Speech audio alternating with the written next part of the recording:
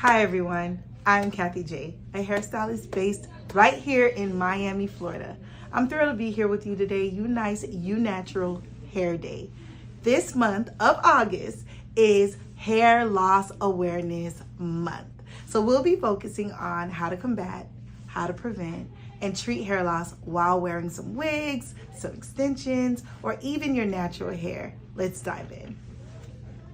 Hair loss can be categorized by weak, shrinking hair follicles. Fine strands of hair eventually just stop growing.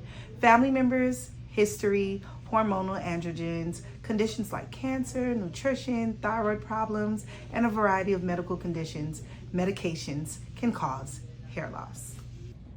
I know you ladies love a good UNice wig. Here are 3 useful tips that you can use to aid hair loss when installing your UNice unit. If you notice any movement of your unit or lifting of your lace, it's time for a new install or a new look.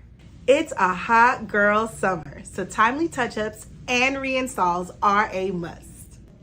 Lastly, we recommend beneficial topical ointments and products. So head to unice.com to check out our how-to DIY hair oils at home. Thank you.